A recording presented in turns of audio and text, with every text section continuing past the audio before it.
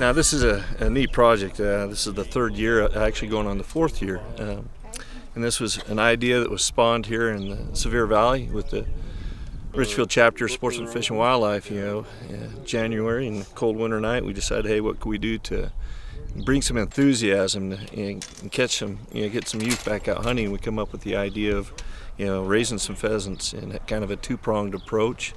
Releasing some roosters for the youth to hunt and normal hunters to hunt, but also to try and augment the wild populations with some hens to see if we can get some recruitment, naturally. And so that's where it started. And to date, we've probably spent, over $200,000.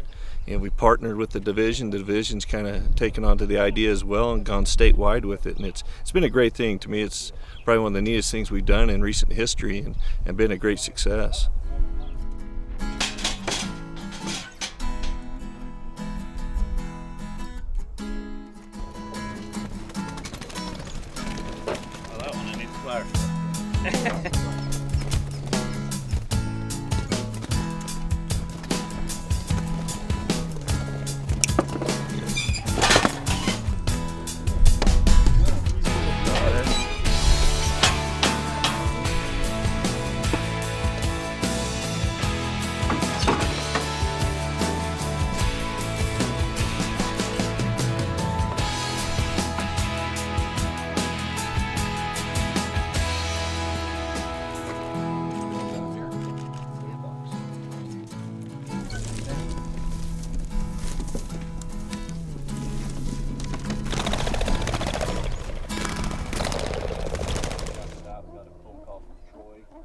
I would say this, I think, after a 2-decade decline in poor pheasant habitat across the state, I think it's the best thing that's ever happened to it. Last year I was out here in the Redmond youth opener, and we had 40 kids out there that day, and every one of those kids pulled the trigger. Not every one of them shot a bird, but every one of them pulled the trigger, and they wouldn't have been able to do that had we not have this opportunity to release these birds, raise them and release them. And it's just been fun. Like Troy said, it's great to see, you hope that they'll augment the population and there will be some natural work there, and if that's the case, it's a win. But I consider it a win either way.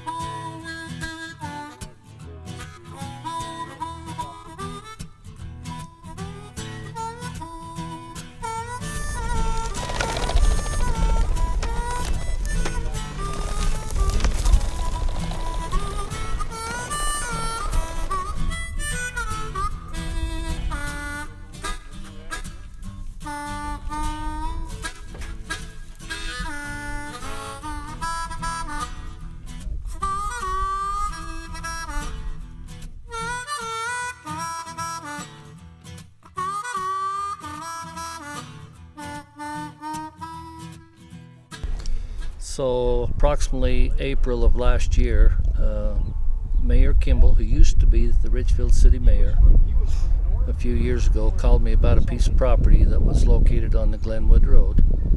And we came and toured the property, got a hold of the division as well as the now Mayor Ogden, and we came back out and looked at this property as a potential for some upland game, and where people could come in and do things that's conservation-wise and maybe create a pheasant farm.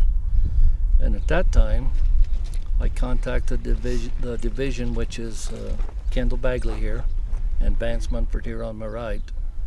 And Kendall put a plan together. So anyway, Kendall came up with a presentation that we took to Richfield City and the Richfield City Council, and I'm going to let Kendall kind of go from there and how that went and what we did from there. Yeah, so with what Jake mentioned, going towards Richfield City, we presented a project to them, which included a lot of different opportunities for the general public, which included opportunity for increased hunting opportunity and people to just come out and enjoy the outdoors, public access, open space, opportunities for educational purposes here on this property, as well as the opportunity to create habitat for upland game species in Sevier Valley. And within that proposal, we were able to partner with Sportsman's Fish and Wildlife, and they were able to fund the project. And from there, we were able to secure a 5-year lease from Richfield City with an option to renew after 5 years.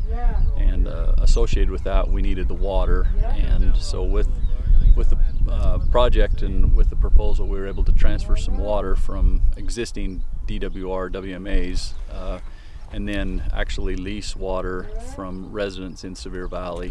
And so total we have an opportunity to actually irrigate up to 20 acres of upland game ground here. So we're able to create the habitat as well as raise birds through funding through Sportsman's Fish and Wildlife on this Richfield WMA. So construction of the flight pens was quite an adventure for us, but through some local businesses that donated materials and supplied materials, and thanks to Russ Peterson in Annabella for his expertise and giving us some materials to construct these flight pens. We had dedicated hunters help us, volunteers help us, division personnel, and we built some good solid pens that should last for several years.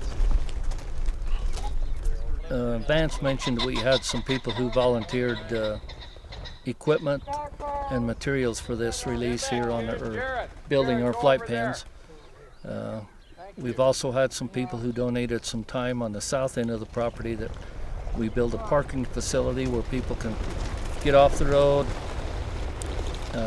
get their guns and everything, or whether they just want to walk onto the property, they can feel secure with their vehicles being off the road. So we had those people build a parking lot there. We've had the lumber donated. We've had cash donated that in return have helped pay for some of the materials that were here on the property. We've had farmers who came out,